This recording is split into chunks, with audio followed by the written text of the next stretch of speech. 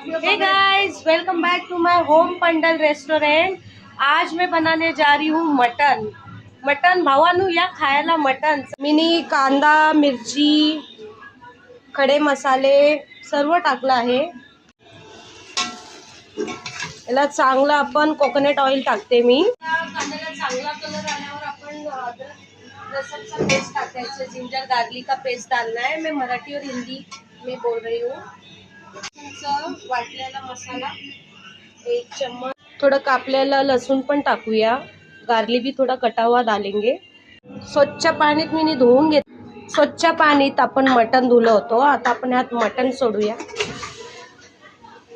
कांद्याच्या मसाले जे अख्खा मसाला कांदा टाकला त्यामध्ये आपण याला चांगलं आता आपण हळदी पावडर, चिल्ली पावडर टाकूया, धनिया पावडर टाकू, मीठ मसाला मटनाचा। अपन अभी इसमें लेमन जूस डालेंगे, नींबू, धनिया टाकूया आपण। फायनली बघा मटन किती छान बनलाय, वाव।